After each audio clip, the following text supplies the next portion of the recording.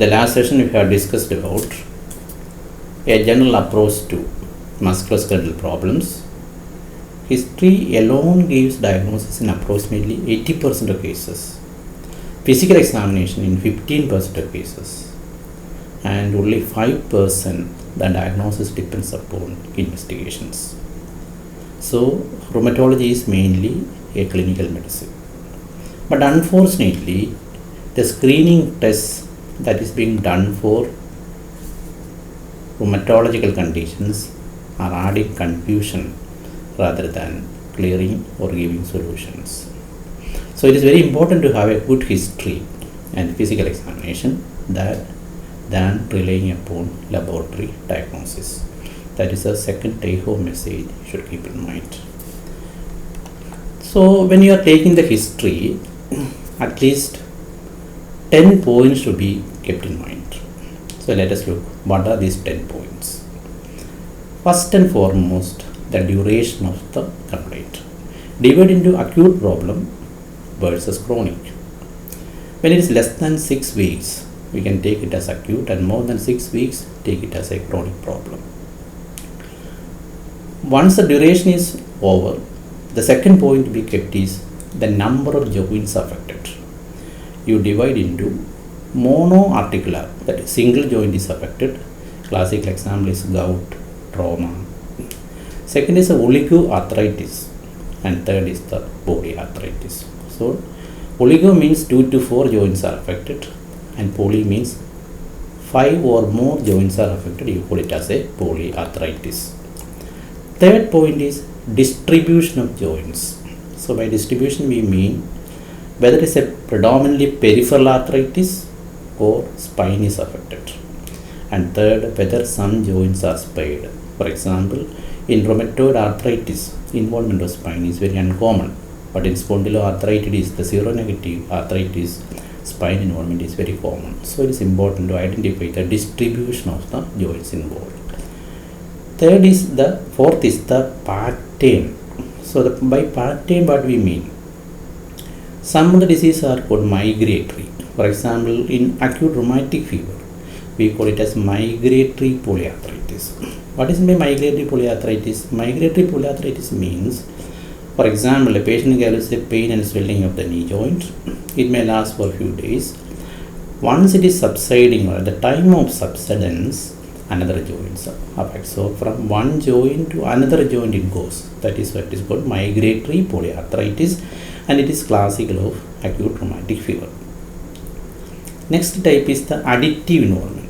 That is, one joint is affected while the swelling and other arthritis features are there, other joint is added upon. That is called additive involvement. Third is the recurrent pattern. That is, arthritis occurs for some time, it disappears, it will recur again. Typical example is the gouty arthritis. So we have said about the duration, number of joints affected, the distribution of the joints, and pattern of involvement.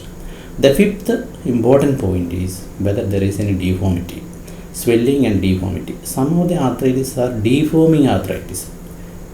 For example, rheumatoid arthritis is a deforming arthritis, whereas acute rheumatic fever is a non-deforming arthritis. And sixth and very important point is whether it is an inflammatory arthritis or not. By inflammatory arthritis, we mean signs of inflammation are there. What are the signs of inflammation? Usually, you get the pain, swelling, the limitation of movement, and very important point as far as we are concerned is the symptom of morning stiffness. A morning stiffness lasting more than 30 minutes is suggestive of inflammatory arthritis. So these are the 6 important points. Then we think about outside the joint. Many of the rheumatological conditions produce extra articular complaints. Especially the eyes can be affected. We can get redness of the eyes, iridocyclitis, dryness of eyes, etc. So think about the extra articular manifestations, especially eyes. Then lungs can be affected. Then other systemic symptoms like fever and rash. So somebody with a fever and a malar rash and alopecia and oral ulcer is suggestive of a lupus erythematosus.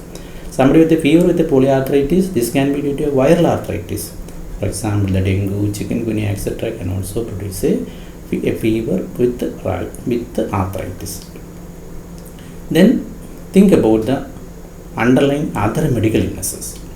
For example, somebody with psoriasis comes with a joint problem. Think about psoriatic arthritis. The skin lesions of psoriasis may be missing, or it may be under the skin or in the gluteal region. You may miss it. Unless you specifically look for or ask the patient, you can miss.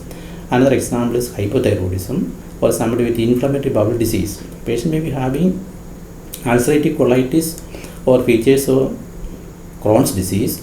Unless you think about it, you may miss some of the arthritis or the inflammatory bowel disease. Arthritis can be missed. Then ask about the past history, whether similar episodes of arthritis were there, whether any drugs might have been contributing to the problem. Example, somebody on antituberculous treatment. Pyrazinamide is well known to produce increase in the serum uric acid level, and the patient can develop arthralgia. So think about the drug history. And the 10th point, think about family history, because many rheumatic diseases can occur in the family. For example, gout and many spondyloarthritis can run in families. So in the community perspective, the vast majority of musculoskeletal complaints are back pain. Approximately 50% of the patients with musculoskeletal complaints are having backache. This is a separate topic. We will discuss it in detail later. Then comes the other soft tissue rheumatism. That is, it is not due to arthritis, but due to disease like frozen shoulder, or the periarthritis, or the supraspinatus tendinitis, bursitis. All these, that is the soft tissue rheumatism. This accounts for around 12%, and non-inflammatory arthritis, that is the osteoarthritis, contribute around 30% of the. So two major causes are, one is the backache, and second is the soft tissue rheumatism, and third is the osteoarthritis.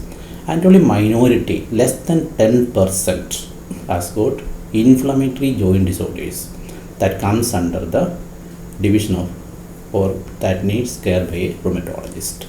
So this is the one point you should keep in mind when you approach patients from a community perspective. Now we think about how will you approach. We can go by 5 steps. So it's a generalization. First thing, is it a soft tissue rheumatism? That is, to identify whether it is a arthritis or soft tissues are affected. So soft tissue means the bursa may be there, the tendons may be there, then enthesitis, that is the zone between the bone and tendons. All these regions, once there is inflamed, you can get pain. That is called the soft tissue rheumatism. Second point, once you are ruled out soft tissue rheumatism, think, is it an inflammatory arthritis? So first is identify whether it is a soft tissue rheumatism, and if you have excluded soft tissue rheumatism, identify and the thought that is arthritis, you identify it is it an inflammatory arthritis. We have already mentioned about the characteristic features of inflammation. So the cardinal features are the swelling, warmth, pain, and erythema. Second point you should ask is, there is a prolonged morning stiffness, 30 to 60 minutes. That is a very suggestive of inflammatory arthritis. Third point is improvement of symptoms on mild usage of joints. After taking rest, you have got pain, and once you start moving, the pain subsides. Fourth point is fluctuating course. There are flares occurring. In between, there is worsening of the symptoms. And usually the symptoms are worse at night. And constitutional symptoms like fatigability, loss of appetite, loss of weight, low grade fever, etc. occurs. And there are inflammatory markers, that is ESR, CRP, etc. will be elevated. So these are the cardinal features that you get in inflammatory arthritis. So first is rule out soft tissue rheumatism. Second, think about inflammatory arthritis. look at the features that we have said about what are the features of inflammatory arthritis. Third thing is look at the number of joints. Is it a monoarthritis? The cause of monoarthritis are limited. It can be due to trauma, gout, and rarely some other conditions also.